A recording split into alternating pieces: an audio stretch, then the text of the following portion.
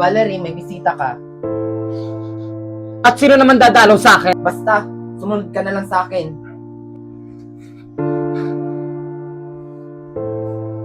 Mami? Oh, ano ginagawa nyo dito? Nandito kami, Valerie, para dalawin ka. Kung guguluhin nyo lang din naman ako dito, pues, pwede na kayong umalis. Hindi kami manggugulo dito, Valerie. Pumunta kami dito dahil namimiss ka ng mga anak mo. Mami, okay ka lang ba dyan sa kulungan? Ba't ang daming pasa sa mukha mo? Anong nangyari sa'yo? Ah, wala to mga anak. Hindi ka ba nagsisi sa mga pinagkakagawa mo? Hindi ako nagsisisi. Kung ayaw lang naman yung pinunta nyo dito, pues, makakaalis na kayo. Ano pa ba ang dapat gawin sa'yo, Mami, para magbago ka? Tama na! Pwede ba umalis na kayo dito sa harap ko? Sige, kung yan lang din naman pala ang gusto mo, kakalimutan ka na namin ng mga anak mo. At saka ikaw din naman yung dahilan kung bakit tayo nagkakalito, di ba? At alam mo, Mami, masaya na kami nung nawala ka. Babalikan na lang kita, Mami, pag okay ka na. O, tapos na ba kayo? Pues, pwede na kayong umalis. O, tapos na ba kayo dyan? O, Valerie, tara na. Valerie! Oh, hindi pa ba kayo tapos? Kahit anong sabihin nyo, hindi na ako makikinig sa inyo. Di ba kakasabi nyo lang nakakalimutan nyo na ako? Tara na. Tara na mga anak. O mga anak! Ready na ba kayo? Daddy, ready na po ako! Wow! Ang ganda at ang pogi ng mga anak ko! Siyempre naman, Daddy. Opo! Sino yung Daddy? Hindi ko din alam mga anak. Sino yan? Andito po ako para inform ko kayo about kay Valerie. Valerie? Wala na kaming update kay Valerie. Sino po yung Daddy? Wala mga anak. Sige, pwede na kayo makaalis. Wait lang po! O bakit? Eh kasi nag-request po si Valerie na dalawin niyo daw siya kasi maluba na daw po yung sakit niya sa kulungan. Ganun ba? Sige, sir. Maiwan ko po muna kayo. Sige po. Maraming salamat dahil napagbigyan niyo akong dalawin niyo ako dito. Siyempre naman, Valerie. Nung nalaman namin nasa ospital ka, pumunta kami agad dito. Siguro naging masaya na kayo nung nawala na ako sa buhay niyo. Oo, naging maganda ang buhay namin. Lalo na yung mga anak natin. Kahit na wala silang ina, lumakas sila ng maayos at pinalaki ko sila ng mabuti. Salamat sa iyo, Marco, dahil napakatatag at napakatibay mong ama sa mga anak natin. Alam mo, Mami, first honor ako sa school namin. Ako din, Mami. Graduate ako ng valedictorian. Magpagaling ka dyan, Valerie. Hindi pa huli ang lahat. Kaya mo pang magbago. Huli ng lahat, Marco, dahil hindi na ako magtatagal sa mundong to. Mami, huwag kang magsabi ng ganyan. Oo nga, Mami. Ano ka ba, Valerie? Huwag ka nga magsalita ng ganyan. Sorry mga anak ko, hindi ko naibigay yung pagiging mabuting ina sa inyo. At lalo na sa iyo, Marco, dahil sa akin, kaya kayo nagkakaganto at naging broken family. Paalam sa inyo.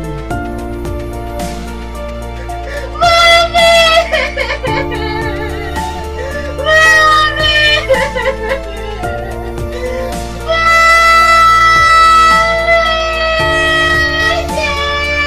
Valerie! Valerie! Mami! Mami!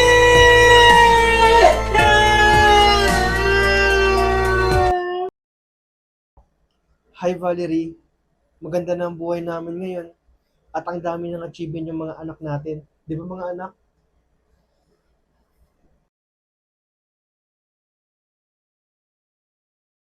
Ang sarap talaga ng baon ko!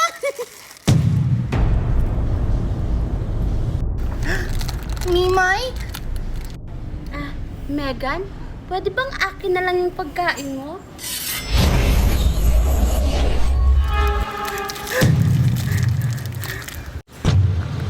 Ano?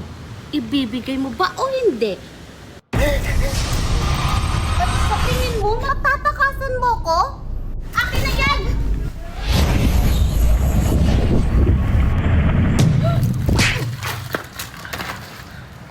Ibalik mo sa akin yung baon ko, Mimay!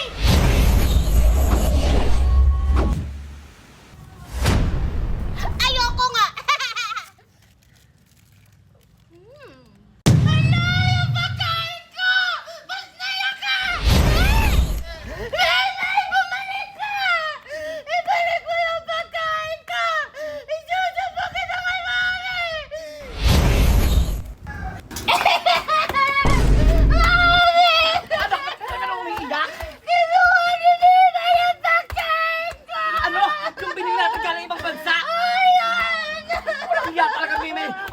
Tuturuan kita, wait lang!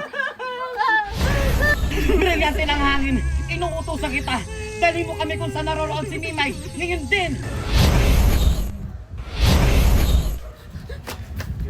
Ayan, may bago akong laruan. Papatunugin ka.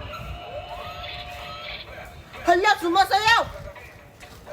Tabi, tulungan mo ako! Mimay! Bakit may espada ka? Eh kasi si Megan, hinahabol niya ako. Ha? Bakit ka naman hinahabol, Megan? Huwag kang mainig, kinuha ko yung pagkain niya. Hala, Mimay, masama yan! Dapat hindi ka nangunguha ng pagkain ng hindi sa'yo! Pati ikaw ba naman, papagalitan mo ako? Eh nagugutom na ako eh. O salamat ka, kaibigan kita! Thank you, Topper! Asan na si Megan? Iniwan ko dun, umiiyak. Huwag kang maingay ha. Hala, pag nalaman ng mama niya, lagot ka talaga! Hindi, huwag kang maingay. Ikaw lang yung nakakaalam. Basta huwag kang maingay ha. Ah! Hala! Hala, may babala ang brilyante ko, Mimay! Ano? Topper, tulungan mo ako. Baka nagsumbong na yun si Megan sa mami niya. Tama ka, papunta na yung mami niya dito sa Ano? si Megan! Itatago mo ako! Itatago mo ako, Topper! Kailangan na natin umalis dito! Tara. Salamat, Brilyante! Nasaan na ang kumuha ng pagkain ng anak ko? Lumabas ka! Mimay, anong gagawin natin? Topper, natatakot ako. Kailangan mong humingi ng tawad sa kanya. Paano? Natatakot ako eh. Huwag ka matakot. Kasalanan mo naman din kasi yun. Kasi bakit mo kinuha yung pagkain ni Megan? O, sige na nga. O sige, tara na. Ibigtos na tayo. Aling Valerie! Mimay, buti naman hindi mo na ako pinahirapan pa. Bakit mo kinuha ang baon ng anak ko? Aling Valerie, hindi ko naman po yun sinasadya. Sadyang nagutom lang po ako. Tapos po nakita ko po si Megan na may dala-dalang pagkain. Kaya ayun po kinuha ko. Naiisip mo ba, Mimay? Habang kinukuha mo yung pagkain ko, nalulungkot ako. Habang kinakain mo yun, alam mo naman na gutom ako, di ba? Walang kapatawaran ang ginawa mo. Ang dapat sa'yo ay parusahan.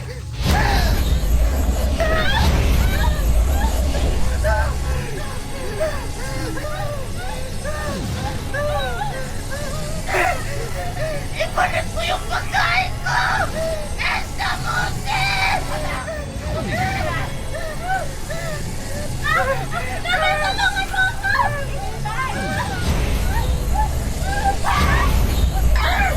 Mami, tulungan mo ako!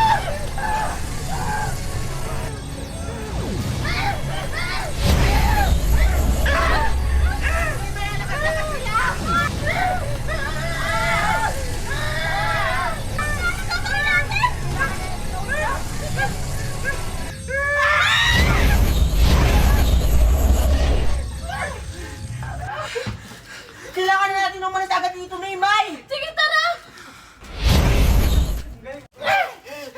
Pastina! Walang iya sila! Mami, yung pagkain ko! Abulin natin sila, Mami! Abulin natin sila! Inay! Amin na nga. Amin na. Ano ba yan? Ang init-init. Paano ka nakakawa nito pang init-init? Megan? Si Megan? Tara, puntahan natin. Tara. Megan! Megan, ano ginagawa mo dyan? Init-init. Oo nga, baka umitim ka na dyan.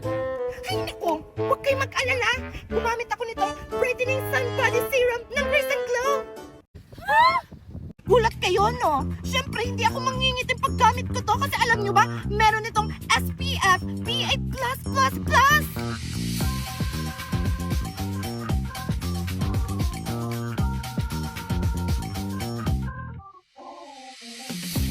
Tingnan niyo yung difference, di ba? Kitang-kita talaga, tsaka alam mo ba, non-sticky to. And, super bango! Eksena ka! Pahingi nga! Ako din. Wait lang ako muna, besh!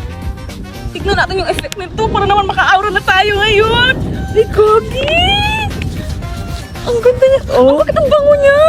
Oo nga. In fairness, makaka-out na tayo nito. Lubi, ang ganda. Tingnan mo yung difference. Ay, gagi, may puti ako. Ako din.